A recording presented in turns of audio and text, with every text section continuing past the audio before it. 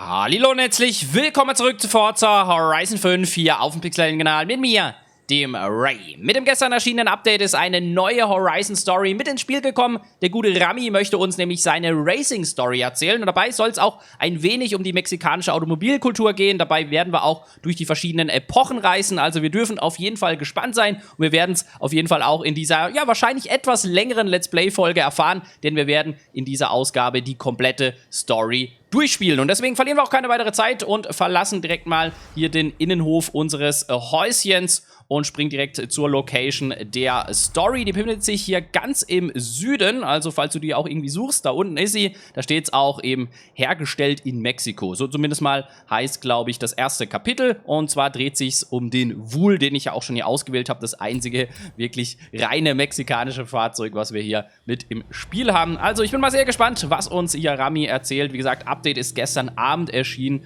Deswegen kannst du das jetzt auch ab sofort schon spielen. Ich glaube, 9 Kapitel soll das umfassen, ja, wir sehen es auch, 9 Kapitel, also wir haben ein bisschen was vor. Deswegen, wie gesagt, wir verlieren keine Zeit und gucken mal, was uns erwartet. Neue Stories finde ich immer toll. Immer ein bisschen was erzählt bekommen. Ist doch schön. Hi, Rami. What's the plan? Okay, hear me out. Beautiful Mexican supercar, beautiful Mexican roads, promoting the Horizon Festival. Do we need promoting? The festival seems to be doing okay. All right. I'll find someone else. That's not what I said. Of course I'll help you. I knew I could rely on you. Let's go! Ja, das wurde mir auch schon mitgeteilt, die deutsche Sprachausgabe scheint wohl noch nicht da zu sein. Wir haben... Let's get moving. Get some speed, then turn into the countryside. Really see what this car can do.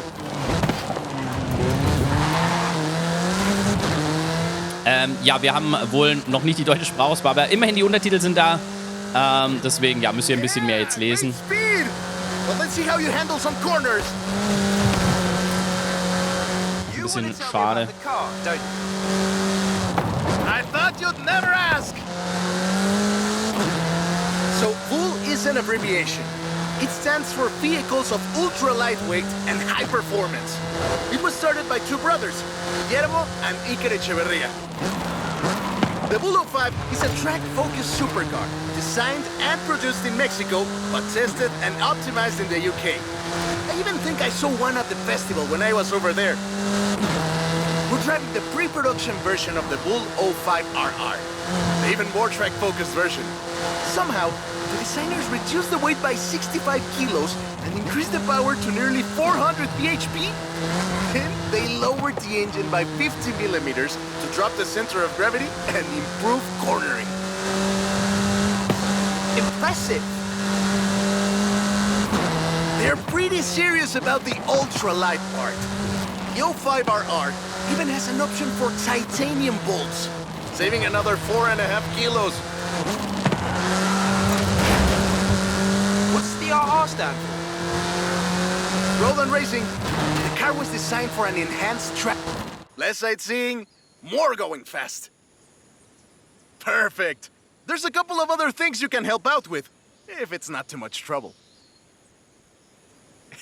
You're never gonna let me live that down, are you? Call me. Ja, es wird wahrscheinlich die erste Let's Play-Folge sein, wo mehr Englisch gesprochen wird als Deutsch. Ja, ich denke einfach mal, um es besser auch zu verstehen, versuche ich wirklich mehr oder erst recht nicht drüber zu labern, was die sagen. Ich glaube, man versteht dann einfach Englisch ein bisschen besser, wenn jetzt ich nicht noch zwischendrin irgendwas Deutsches laber. Wie gesagt, ich habe auch die Untertitel. Schade natürlich. Ich denke, gerade die Story ist schon sehr interessant, wenn sie auch deutsch vertont wäre. Ich weiß nicht, ob das jetzt ein Fehler vom Spiel ist oder ob es einfach wirklich noch keine deutsche Vertonung gibt und die noch nachgereicht werden muss. Aber ja, sei es drum, ich glaube, wir werden trotzdem Spaß haben. Wir haben jetzt ein bisschen was über den Wool erfahren, was ja cool ist, auch wenn der letzte Satz nicht mehr ausgesprochen werden konnte, weil ich zu schnell war. Ja, ich war hier fast 12 Sekunden zu schnell. Aber ja, wir gucken einfach mal, was uns erwartet. Auf jeden Fall sehr cool. Und ich glaube, habe ich zum Wool schon eine Let's Play-Folge gemacht? Ich weiß es gar nicht. Also in Forza Horizon 4 auf jeden Fall. In Horizon 5 weiß ich es gar nicht. Racing history. Wanna see? Of course. On my way. So, genau, hier mexikanische Racing History Das soll es ein bisschen ja gehen, wie ich es ja angedeutet habe. Ich porte mich mal ein bisschen schneller als zu den Locations. Ich denke, die Welt haben wir ja schon öfters jetzt gesehen.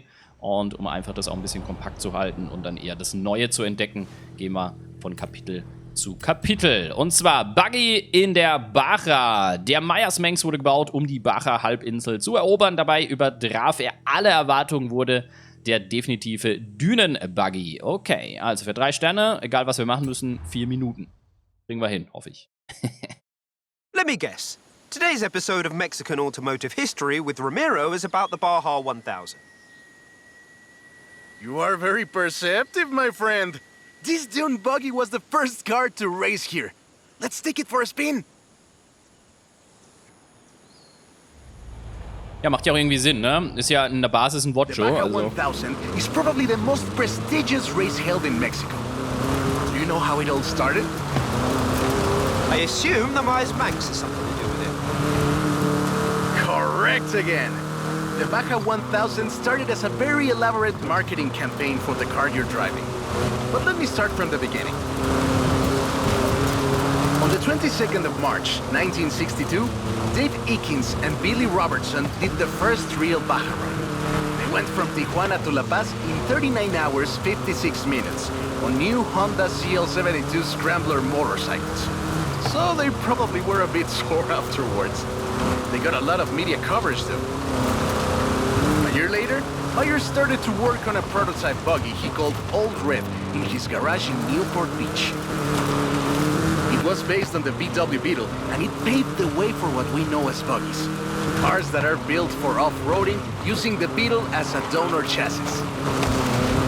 But I guess they wanted even more publicity because in April 1967, Myers decided to make an attempt at breaking Eakins' record. And it worked! Myers did it in 34 hours and 45 minutes, beating Eakins for more than 5 hours. The rivalry was known as Buggy Meets Bike in Baja. Sounds like something you did back in the UK, doesn't it?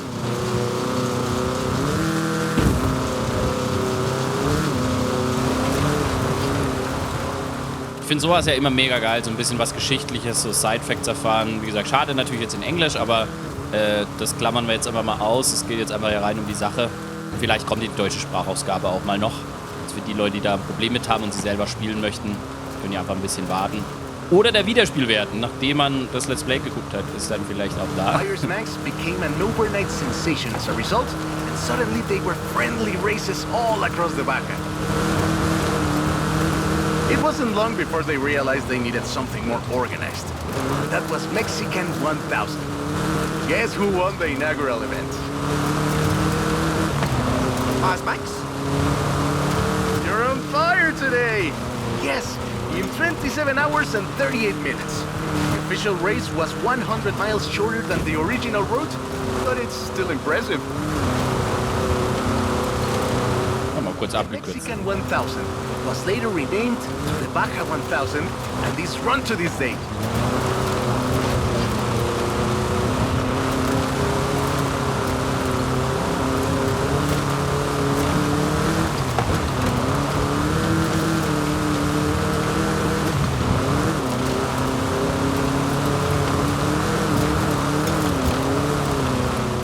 Es ist schon ein cooles Fahrzeug auf jeden Fall. Kann man auch tuning-technisch echt viel Spielereien mitmachen.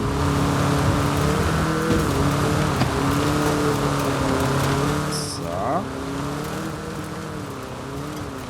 Ja, versuche auch immer, wenn die was erzählen.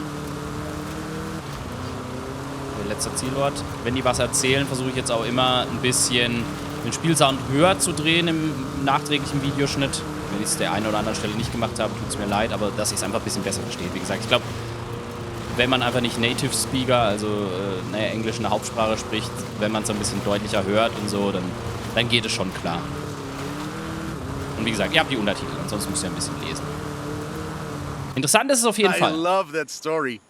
My abuela used to tell it to me at least once a year.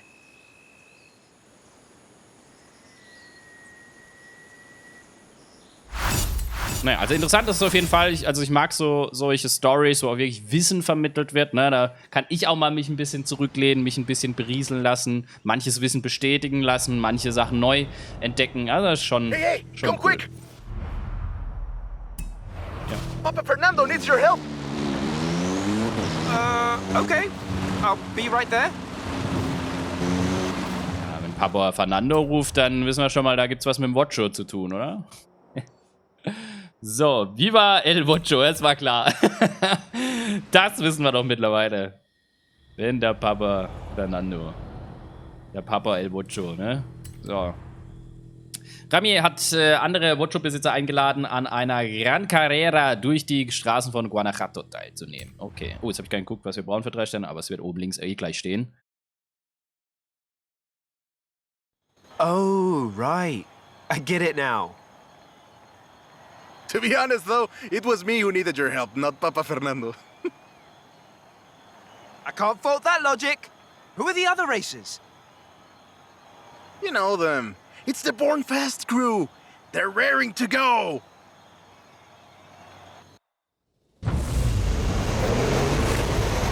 Okay, kleines Vocho-Rennen, let's go. He's eager.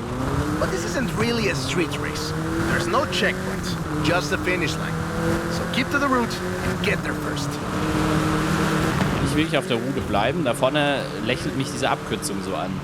It's hard to overstate the effect wir wollen that doch the alle in Beetle Käfer had fliegen when it sehen. arrived in Mexico in 1954.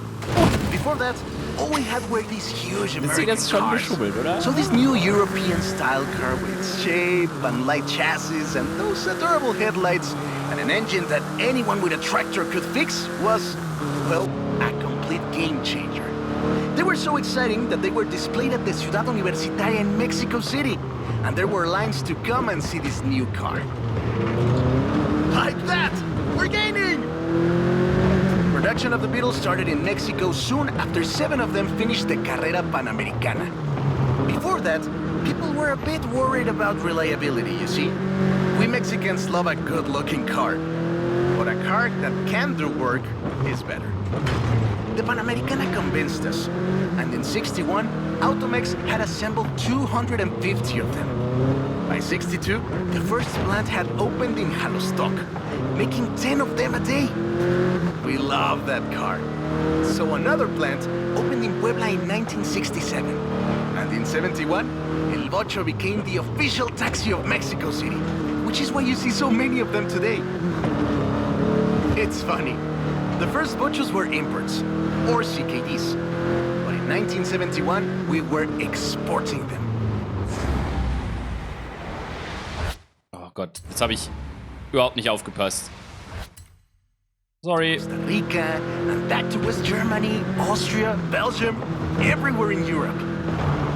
It was a sad day in 2003 when the last Volkswagen sedan Ultima Edición rolled off the production line and went home to the Volkswagen Museum in Wolfsburg. Now that's more like it! Eso, Bochito, eso! So loved was the Vocho that it eventually outsold the Ford Model T to become the world's best-selling car, and was the first to reach 20 million sales.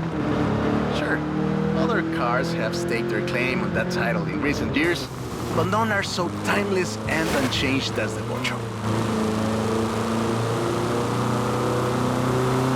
Ja, also man kann schon echt fast sagen, der Käfer ist schon ja, gutes halbes mexikanisches Probably Fahrzeug. the most iconic car in all of Mexico.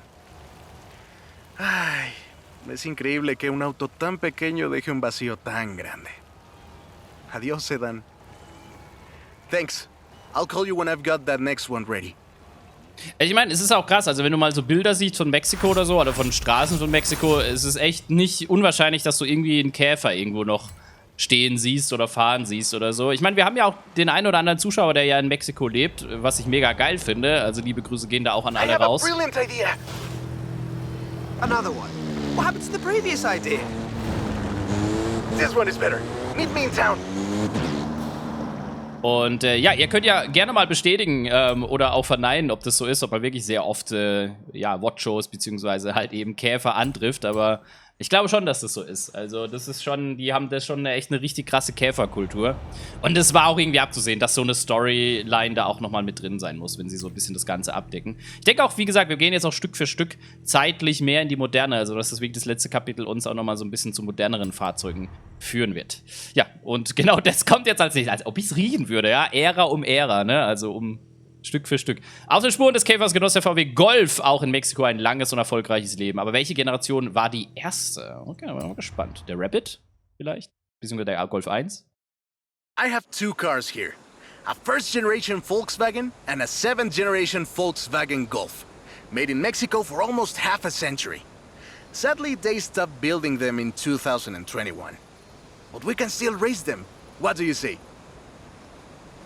To make it fair, I will give you a chance to make an informed choice. Let's go for a test drive. And I've got lots to tell you about Volkswagen Mexico.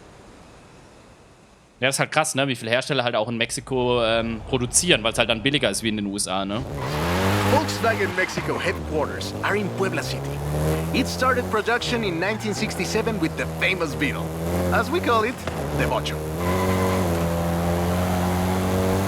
VW made multiple attempts at replacing the famous Beetle with newer models, but all of them failed way short of achieving the production figures until the Volkswagen Golf came into play.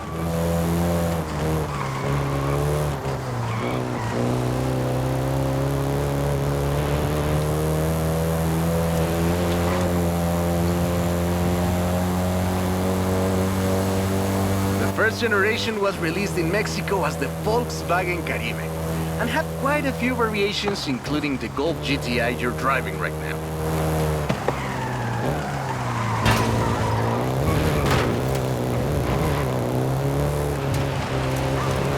VW engineers, inspired by the Beetle GSR, designed and prototyped the Golf in secret as a Skunk Works project.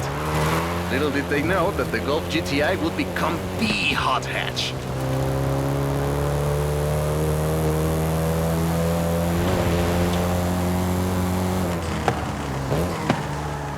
Halten wir fest, nicht nur in Deutschland ist der Golf beliebt, sondern auch in Mexiko war es wohl.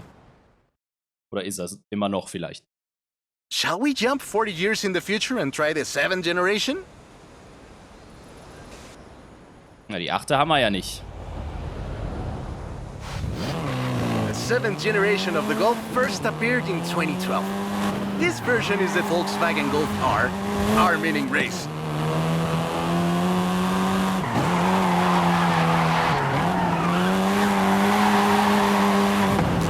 Keine Sorge, ich habe nicht die Kontrolle verloren, sondern wir müssen eine Fähigkeitswertung schaffen. With a 0 to 60 time of 5.1 seconds.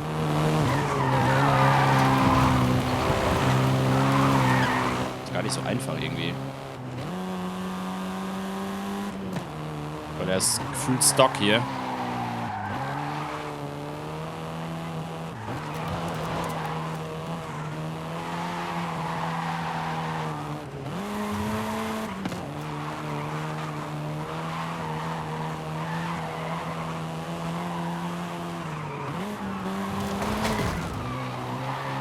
Ein bisschen Zerstörungsfähigkeiten zwischenrein ist, glaube ich, gar nicht so verkehrt. Wir dürfen nur das Ding nicht irgendwo dagegen scheuern. Volkswagen Mexico produced all 7 generations of the Golf, totaling more than 2 million units over 44 years. In fact, a lot of Golfs you find in the US were built here. Das haben wir schon gedacht fast, dass das so ist. Wie gesagt, ist halt billiger in Mexiko wahrscheinlich zu produzieren als in den USA. Aber cool, dass sie da die ganzen Generationen auch durchgebaut haben. Allerdings hat er gesagt, 2021 haben sie aufgehört. Das heißt, haben sie die 8. Generation dann gar nicht mehr bekommen oder so in Mexiko? Ah, wir haben es sogar geschafft. Okay, gut. Dann können wir jetzt ja normal zu Ende fahren. Aber ja die Fähigkeitspunkte nicht an, deswegen.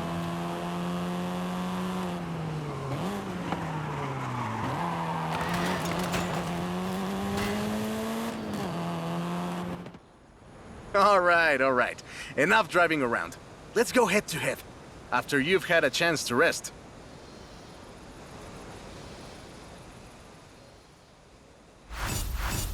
Ja, sofern wir 3 Sterne mitnehmen können, nehmen wir sie natürlich mit.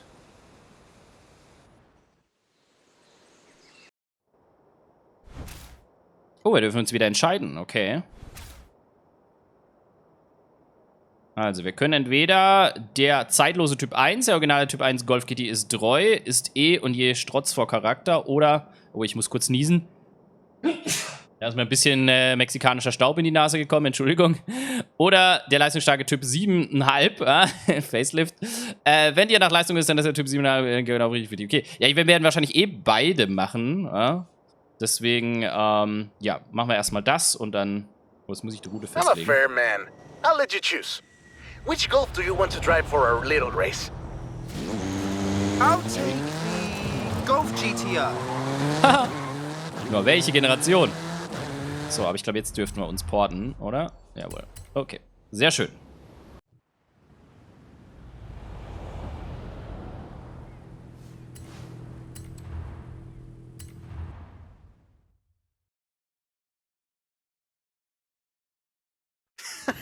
I hope you know some shortcuts. Ja, bis jetzt bin ich gut im Abkürzen, muss man ja sagen. Oh, wir fahren sogar gegeneinander. Okay, das ist ja nice. See you at the finish line. Don't make me wait for too long. Okay, es geht. Also was er macht, das kann uns egal sein. Wir müssen nur die 1,45 schlagen. Wobei, wir werden ihn trotzdem besiegen vielleicht. Mal gucken. Ja, aber ich wiederhole es nochmal. Ich finde es einfach geil. So ein bisschen so eine Story, ein bisschen was anderes mal wieder. Eben wenn auch ein bisschen Wissen vermittelt wird. Gerade auch zu Mexiko, zu der Autokultur, die da halt auch existiert. Und ja, auch wenn sie vielleicht keine eigenen Marken groß haben, ne, so wie jetzt der Wul am Anfang, ist hier doch sehr viel Geschichte drin. Eben mit dem Käfer, jetzt hier mit dem Golf, wie wir erfahren. Also das ist schon sehr cool. Und deswegen feiere ich die Story absolut. Aber könnt ihr gerne auch mal in die Kommentare schreiben, wie euer Eindruck zur Story bis jetzt ist. Oder vielleicht habt ihr sie ja auch schon durchgespielt. Gestern Abend vielleicht schon direkt. Wie ihr sie so empfunden habt. Manch einer wird jetzt wieder sagen, ja, war zu einfach. Die 3 Sterne waren viel zu einfach. I see what you're doing, but you still can't win. Aber,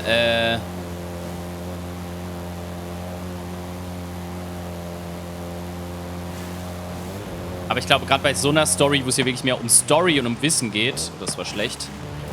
Oh Gott, ja, dann ich mir kurz ein Flashback. Da hat das Ding ja gar nicht gebremst.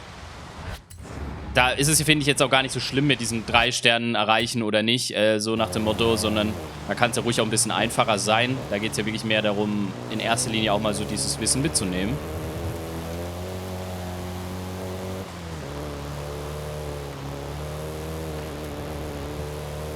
Das wird ganz schön knapp, glaube ich. Er hat ja gemeint, auch wegen Abkürzungen, aber Abkürzungen habe ich jetzt leider hier groß keine gesehen, die ich hätte nehmen können. Es könnte sein, dass ich es diesmal nicht schaffe mit den... Oder? Wird knapp. Ne, diesmal schaffe ich es nicht mit 3 Sternen. Schade. What a race!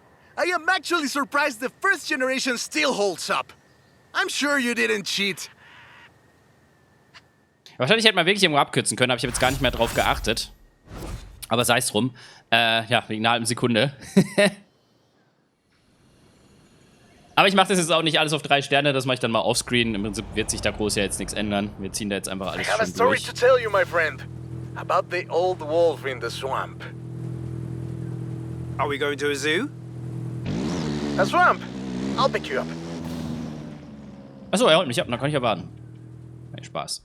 Genau, das andere Kapitel-Dings können wir jetzt wahrscheinlich noch nicht machen. Das müssen wir dann am Schluss wahrscheinlich nachholen, würde ich jetzt behaupten. Wo ist es denn hier? Das machen wir dann am Ende, so wie es scheint. Da springen wir dann nochmal zurück. So, oder können wir da nochmal zurückspringen? Könnten wir vielleicht jetzt auch machen, ne?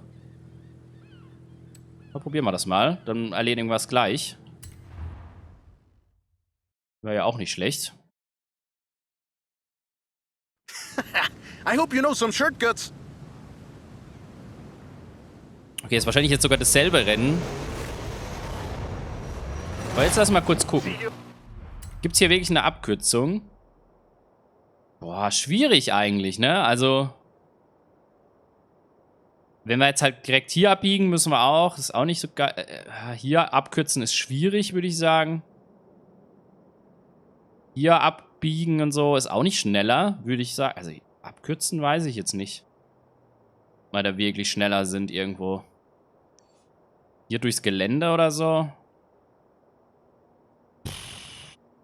Schwierig. Ich wüsste jetzt echt nicht, wo ich da am besten abkürzen sollte.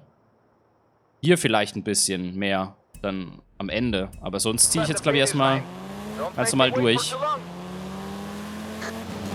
Ich denke, ich bin einfach nicht optimal gefahren auch. Gerade eben.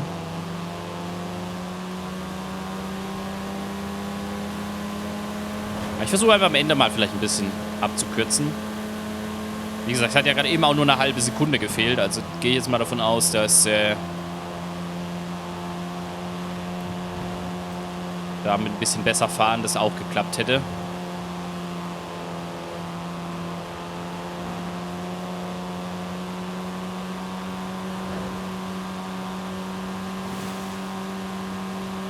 So.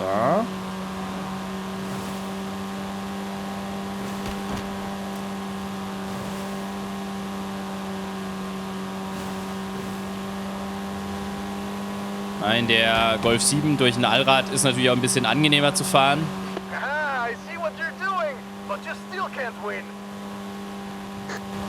Ja, ich glaube, dass er das jetzt hier sagt, bedeutet so ein bisschen, dass hier anscheinend eine Abkürzung passieren sollte. Aber ich versuche jetzt einfach hier schon mal so ein bisschen eine Alternativroute zu fahren. Aber das wirklich der richtige Weg ist, weiß ich nicht. Vor allem durch das ganze Unterholz durch. Ja, so schon mal nicht. Oh Gott. Ey, wenn irgendwo Bäume sind, ne? Da muss ich immer draufhalten. Egal was ist. So, ob das jetzt schneller ist, I don't know. Das wird trotzdem, glaube ich, super knapp.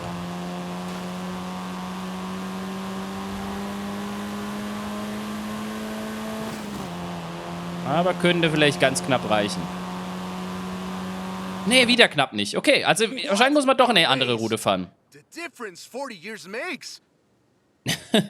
Jetzt sagt das genau umgekehrt. Nee, anscheinend muss man doch wirklich irgendwo da abkürzen. Gerade da, wo er auch sagt, so, ich sehe, was du tust. Ja, muss ich dann mal irgendwann rausfinden. Spoiler ich jetzt quasi nicht. Ja? Also muss er wohl doch wirklich deutlich querfeld einiger fahren, wie auch immer. So, dann jetzt aber dieses Kapitel hier. Ja, und wie schon gesagt, die Folge wird natürlich ein bisschen länger als so eine Standard-Let's Play-Folge, aber ich denke, es macht jetzt auch irgendwie nicht Sinn, die Story hier in 2 Let's Play-Parts zu teilen. Dann machen wir lieber eine XXL-Folge, ist auch viel cooler. La Vida Loba Leben. Rami hat eine Geschichte über einen wilden Wolf im Sumpf zu erzählen. Oha, 150.000 Punkte, also wir müssen ein bisschen wieder Fähigkeiten machen. Schauen wir mal, was uns erwartet. That's the old wolf. No, that's an old truck. The wolf is waiting for us at the swamp. Was meint er mit Wolf? Was könnte damit gemeint sein? Also ein Golf bestimmt nicht. Haley asked us to clear some debris. And I've got just the car. We need to get there first. Of course! Who do you think I am? The driver who destroyed a record-breaking amount of fences. That's fair.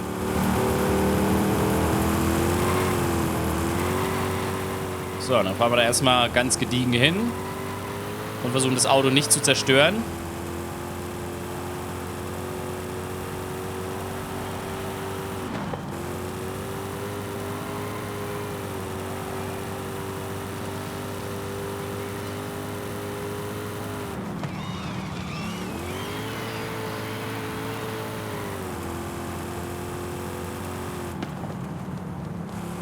Ja, ich glaube, wir haben genug Zeit hierfür. Da können wir jetzt uns auch in die Ruder halten.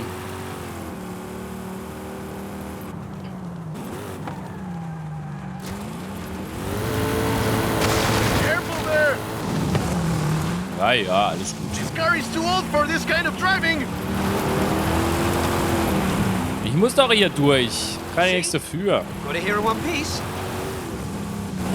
And gave me a few heart attacks. You Quark. get to explain to Haley why she's paying to it. And So, now, was ist jetzt der Wolf? let me introduce you to the Ford Lobo. This car is more your style. Der Now that's 150er Raptor. a hecking good wolf. Okay, da mache ich jetzt aber die Fähigkeiten an, wenn wir 150.000 brauchen, dass ich sehe, was ich hier tue. We call it Lobo here. Marketing in this country is outstanding. Let's get Direkt gegen den ersten Baum, Alter. Ey, es ist unglaublich, wie ich so ein Baummagnet einfach installiert habe. Ups, das war nicht der Plan. So, machen wir das mal kurz an. to work. See all that Russian stuff? Clear it out. What? No! It's not just an excuse to throw the Lobo around. It is just an excuse to throw the Lobo around. Oh, natürlich wieder gegen den nächsten Baum. Ey, das ist der Wahnsinn. Warum sind jetzt so viele Bäume? Das ist ja unmöglich zu schaffen für mich. They started using the badge in 1997, and the rest is history. The Ford Lobo quickly became one of the most popular vehicles in the country. Lobo is still used for the modern Rangers, like the one based on the F-150 Raptor you're driving. But we don't just call it Lobo. No, no. We call it Lobo Raptor. Lobo Raptor. Now, there are loads of differences, like a dog and a wolf. Lobo only comes in XLT and with higher trim levels. The base version is still sold in Mexico as the F-150. The Lobo is the Elite F-150. Okay. Ja, wusste ich auch nicht. Also, coole Sache. Aber sieh mal, wie regional und halt über die Grenzen hinaus es unterschiedlich sein kann, ne?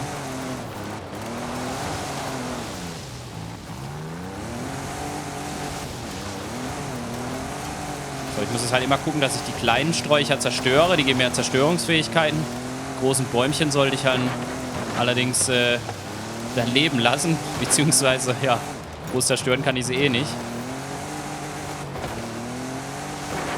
So, jetzt wäre gut, wenn wir halt so eine 5er Multiplikator hinbekommen würden und 30.000 Punkte, dann hätten wir es auf jeden Fall safe.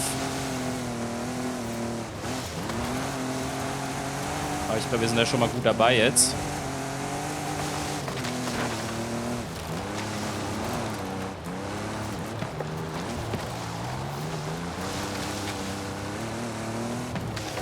Nicht den Baum mitnehmen, das wäre jetzt wieder so typischer rAii-Move. So kurz vor Ende es noch kaputt machen.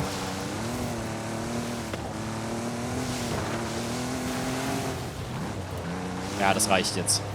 Nehmen wir das mal mit. Was wir haben, das haben wir. Sehr gut. Guck mal, ich habe hier Straßen noch nicht mal entdeckt. Nutzen wir das doch auch mal noch. Diese Möglichkeit.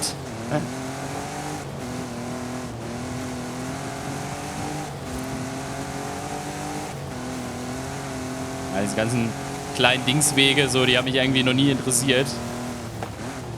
Dann kann man das ja mal nachholen hier. So ganz gediegen. Ja, schön.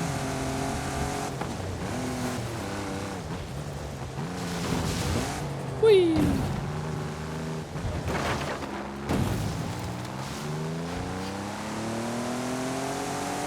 So, bevor die Zeit abläuft, mache ich dann aber die Fähigkeiten schon mal aus. Es kommt jetzt gleich nochmal eine Fähigkeitssache, dann ist natürlich Fail, aber ich gehe jetzt einfach mal nicht davon aus. Ich spekuliere da jetzt mal drauf. So. Great. Job's done. And the scratches will buff right out. Thanks for the help. Now I just need to get my abuelo's old F-100 back to the garage. Es macht natürlich auch Sinn, dass wir mit dem F100 dahin gefahren sind, ne?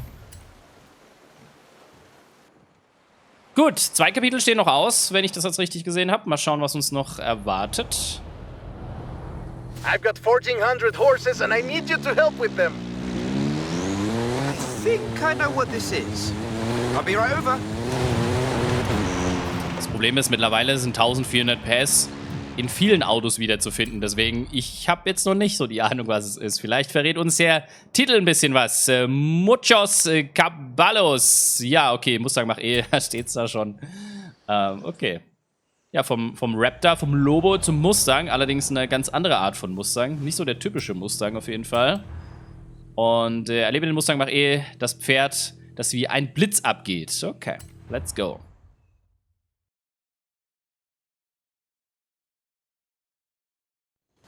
I know you've got one of these. Somehow. so you know a little bit about what you're in for. Let's go! Gucken, was er jetzt dazu erzählt. Ob es jetzt speziell darum geht oder um den Mustang allgemein. Let's take this down to the beach. Stick it in AWD if you like. There's some nice curves up ahead. Ja, das ist jetzt schon zu spät gewesen mit dem Allrad. Aber wir kriegen es auch mit Hinterradantrieb hin, denke ich. Calm down. I know you like to go fast, but I had a big breakfast. This is 2021's EV of the year. And it was up against things like the Taycan and the e-tron and the Recharge. It set 3 Guinness World Records, and it's inspired by the beautiful original Mach 1. And I'm telling you all of this because the Mach E was built right here in Mexico at Cuautitlán Assembly. Okay, jetzt gibt das alles Sinn. Whoa, whoa, whoa. How do you make it go around corners like that? I'm really asking. Cuautitlán Assembly has been building cars since the 60s. And more than 2.2 million cars later, we're sitting in an actual space machine made here in Mexico. Quite a journey from Cougars and Thunderbirds and F-150s to this. Hey, I have to keep this back. Be careful with it. Immer. This isn't just a prototype. Cuautitlán Assembly does a range of options for the Mach E. A 68 kilowatt-hour standard and an 88 kilowatt-hour extended range version. It will give you over 300 miles of range on a single charge. The Performance GT version is the really wild one. 0 to 60 in 3.6 seconds. This one is quite a bit faster. Honestly, when I first tried it, I had to go and sit in a quiet room for a bit. And I've flown airplanes in a storm. It's wild tech. You can switch from all-wheel drive to rear-wheel drive at the touch of a button. And when you get into tuning, you... And there we go! Sunrise over the sea. Beautiful. But we're not done. There's one more thing to look at. I'll let you know as soon as I have, found it. Weil ich sie gefunden. Aha, aha. Ja, da war ich wieder gerade ein bisschen zu schnell für den Text. Ja, bin ich jetzt gespannt, was uns in der letzten Story erwartet. This one will be epic. I found the Porsche Carrera. You know what that means? Racing? And what do you mean, found? In a barn, of course. And of course it's racing. Come meet me at Guanajuato. Ja, natürlich. Ein Porsche darf natürlich nicht fehlen. Da bin ich natürlich dabei. So, okay. Letztes Kapitel. Dann schauen wir mal, was uns erwartet.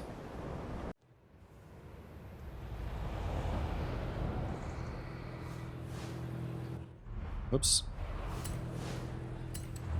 So, Carrera Panamericana.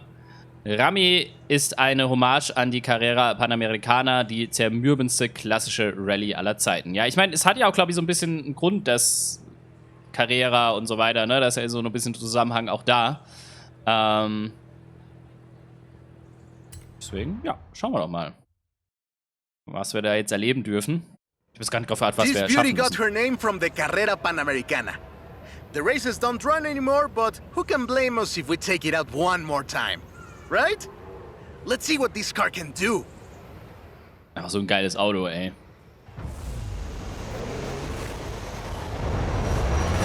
There's Jamin. Guess he wanted one last race. Let's do this! Ja, schön hier Rallye-Spec, ne? Damit sind sie ja auch Rallyes gefahren, also deswegen alles cool. Jetzt gucken wir mal. Wahrscheinlich müssen wir jetzt trotzdem irgendwo wieder abkürzen. Jetzt ein Turbolader da drauf geballert. Ja, natürlich. Naja, gut. Man kann es auch übertreiben. Frau kommt da rum.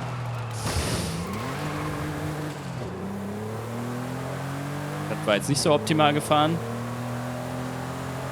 Das auch nicht. Bisschen müssen wir erstmal aufs Tuning klarkommen hier.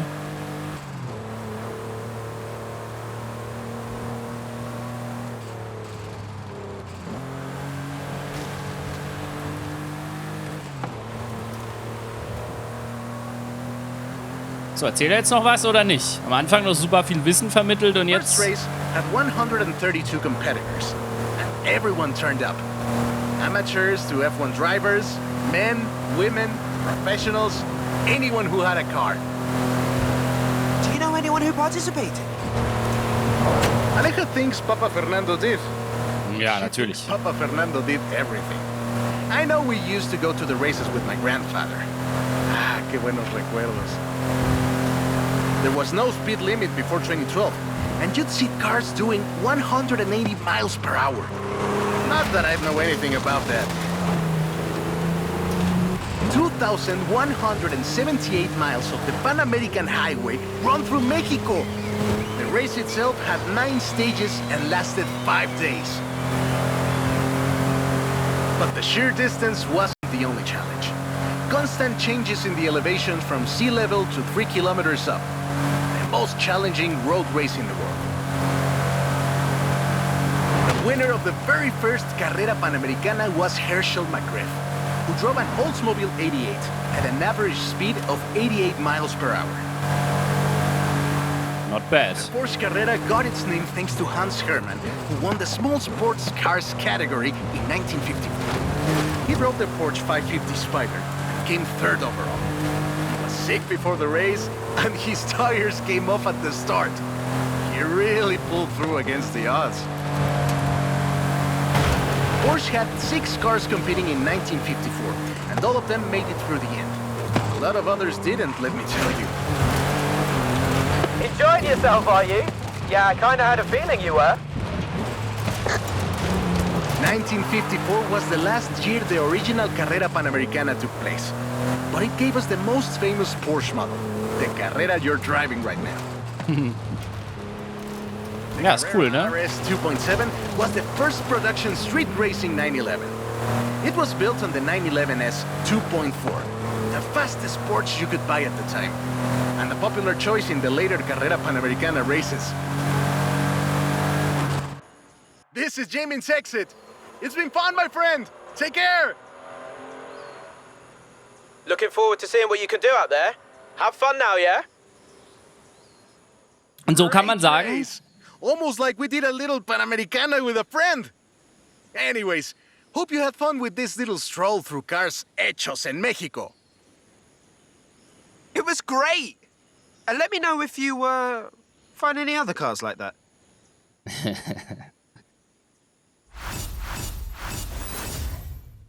ja, was ich sagen wollte, genau, dadurch kann man schon mal sagen, ist ja ein bisschen, ja, über Umwege, sag ich mal, ein bisschen Mexiko auch in einem neuen 11er Carrera mit dabei. Weil, ja, das stimmt, daher kommt der Name. Und das ist schon cool irgendwie. Deswegen, ja, also, auch wenn wir jetzt nur diesen Wool haben, was wirklich ein reines mexikanisches Fahrzeug ist, waren doch durchaus die Fahrzeuge, die wir gefahren haben ihre Verbindung definitiv gehabt zur mexikanischen Geschichte. Von dem her, coole Story auf jeden Fall. Ein bisschen auch, finde ich, Wissenswertes mitgenommen. Also ich denke auch, dass der eine oder andere von euch bestimmt was Neues dadurch erfahren hat. Und ja, ich würde sagen, das soll es gewesen sein. Dann mit der Story erstmal die 2 Sterne, die mir noch fehlen. Das mache ich dann mal noch offscreen. Das ist dann vielleicht auch für euch an der Challenge rauszufinden, wie man da vielleicht am besten abkürzt, um entsprechend diese 3 Sterne zu bekommen. So oder so bin ich jetzt auf jeden Fall raus. Ich hoffe, diese Let's Play-Folge hat dir gefallen. Und ja, wenn dem so wäre, lass auf jeden Fall sehr gerne ein Däumchen nach oben da. Ich bin jetzt raus an dieser Stelle. Und dann sehen und vor allem hören wir uns auch hoffentlich in den kommenden Folgen wieder. Mach's gut. Ich wünsche dir einen weiteren fantastischen Tag und natürlich auch eine fantastische Restwoche. Bis dann. Ciao.